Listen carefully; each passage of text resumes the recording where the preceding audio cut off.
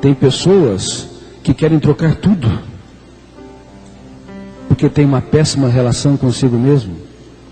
Não tem um caso de amor com a sua própria história. Você tem um caso de amor com você mesmo? O tanto e o quanto você tem uma relação afetiva com a sua história. E o telespectador? O quanto você tem construído um romance com a sua própria personalidade e tem percebido que a sua vida é uma pérola única no palco da existência. Eu tenho encontrado frequentemente, seja nas minhas conferências, nas pesquisas ou no meu consultório, pessoas que são ótimas para os outros, mas são carrascas de si mesmos. Raramente alguém cuida da sua vida como o melhor e o mais excelente capital, o capital da vida. Se você não cuidar afetivamente da sua história, não aprender a proteger a sua emoção contra o lixo exterior, as ofensas, contrariedades, dificuldades, problemas, perdas, derrotas, e se não aprender a proteger a sua mente contra as suas críticas contundentes, seu sentimento de autopunição, de exclusão, sua auto-rejeição por si mesmo, se não aprenderem a proteger o palco da sua mente, pouco a pouco, você vai acumular nos solos do inconsciente experiências que vão nutrir um estado de angústia, ansiedade e até propiciar o aparecimento de doenças psíquicas. O que é estranho é que nunca a indústria do lazer se multiplicou tanto como esporte, música, literatura, TV, internet, computadores, mas nunca as pessoas foram tão infelizes, tão tristes e sujeitas a tantas doenças psíquicas. O que está ocorrendo? O que está ocorrendo? Por que a nossa espécie está entristecendo? Porque os sorrisos das pessoas frequentemente é um ato exterior, não acompanha uma emoção estável e profunda. Porque as pessoas não conseguem fazer das pequenas coisas espetáculos aos seus olhos. Porque entre amigos, que deveria ter uma ótima relação, eles conhecem no máximo a sala de visita do seu próprio ser.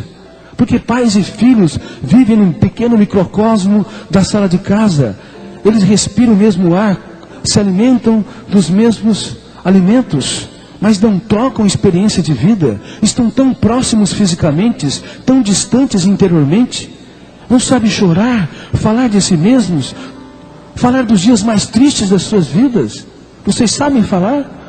As pessoas que vocês amam conhecem os capítulos mais dramáticos da sua história, as lágrimas que você nunca teve coragem de chorar, as dores que foram represadas e que nunca ganharam o palco das palavras. O ser humano moderno, ele tem vivido em sociedades adensadas, com milhares de pessoas ao seu redor, mas ao mesmo tempo numa dramática solidão, ilhado no seu próprio mundo. Raramente nós conseguimos falar para as pessoas sobre aquilo que é mais importante e mais secreto da nossa história de personalidade. Uma das coisas que me encantou, analisando como um crítico da psicologia a personalidade de Jesus, eu que fui um grande ateu, talvez um dos maiores ateus que pisou nessa terra, foi a sua capacidade de falar da sua dor, de comunicar o seu ser sem medo e sem resistências. Quando ele estava no auge da fama, no final da sua vida terrena, seguido por multidões, aclamado por dezenas de milhares de pessoas, num jardim, o Jardim das Oliveiras, na noite em que foi traído, o jardineiro da vida, quando estava sofrendo, não ocultou a sua dor. Ele chamou 3 amigos, o jovem João, Tiago e o jovem Pedro. E para eles, ele falou que a sua alma estava profundamente triste e angustiada.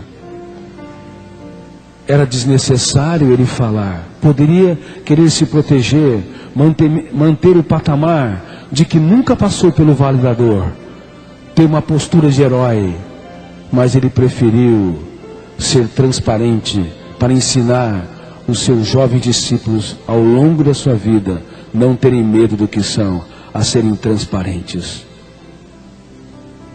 Quantas vezes nós simulamos comportamentos, disfarçamos a nossa dor. Quantas pessoas se deprimem, se angustiam e até cometem atos de suicídio, como Sara, da personagem A Ditadura da Beleza, porque nunca teve coragem de abrir o que está na caixa de segredos da sua personalidade para as pessoas que amam. Infelizmente, Sara não morreu.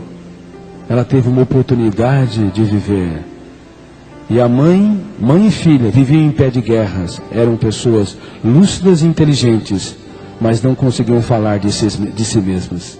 Eram especialistas em apontar defeitos uns dos outros, em apontar falhas. E uma pessoa é tanto mais madura quanto menos aponta falha, quanto mais compreende. Uma pessoa é tanto mais imatura quanto mais critica, condena e exclui.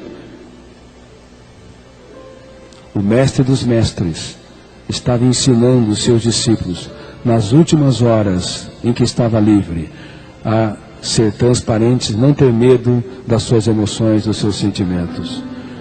E ao mesmo tempo em que ele declarou sua dor, o seu coração estava ofegante e taquicárdico, os seus pulmões aumentaram a frequência respiratória, bilhões de células clamavam para que ele fugisse daquela situação de risco, porque em seguida iria ser preso, iria ser traído e preso, mas ele permaneceu ali. Note quando uma pessoa sofre um acidente, o coração acelera, aumenta a frequência respiratória para que a pessoa fuja daquela situação de risco. Ou quando ele sabe que tem um ladrão que está aproximando-se da sua casa, no quintal da sua casa, também uma série de mecanismos psicossomáticos atuam no corpo. Quanto mais o coração aumenta a frequência respiratória, mais energia as células musculares vão ter. Quanto mais os pulmões respiram, mais aumenta a frequência respiratória, mais oxigênio para fugir da situação de risco. Fugir de um possível sequestro, de um possível roubo, assalto. Lá estava o mestre dos mestres. Todas as células do seu corpo pediam para que ele fugisse, mas ele aprendeu a enfrentar com inteligência a sua dor. Os discípulos viram aqueles sintomas psicossomáticos e apenas um autor de um evangelho, que era médico, o Dr. Lucas, descreveu que ele teve um fenômeno raríssimo na medicina, suor sanguinolento ou hematidrose. Rompeu-se os poros no extremos do estresse que ele vivenciou. Somente quando uma pessoa está profundamente estressada, ela é capaz de romper os poros e hemácias, células sanguíneas, passam para o suor. E ele não teve vergonha dos seus sintomas psicossomáticos, deixou os seus discípulos verem o seu drama, porque ele era transparente. Ele era um navegante nas águas do seu próprio ser. Queria produzir pessoas honestas, verdadeiras, fiéis à sua consciência, que fossem transformados de dentro para fora e se tornassem pensadores que levassem a sua mensagem para o mundo e revolucionassem a história da humanidade.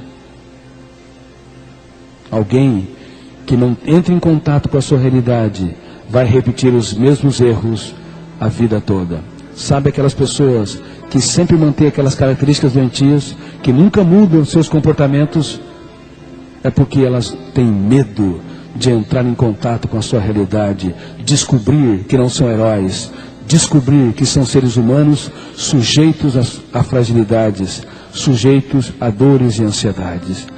Uma pessoa que transforma a sua personalidade, que trabalha as suas angústias, sua impulsividade, sua irritabilidade, sua insegurança, seus medos, sua timidez, é uma pessoa que é honesta consigo mesmo, que mergulha nas áreas mais íntimas do seu ser e dá um salto qualitativo ao longo da sua história. Assim como diamantes que são lapidados pelas dores e frustrações, eles produzem a mais bela joia, uma joia única no teatro da existência.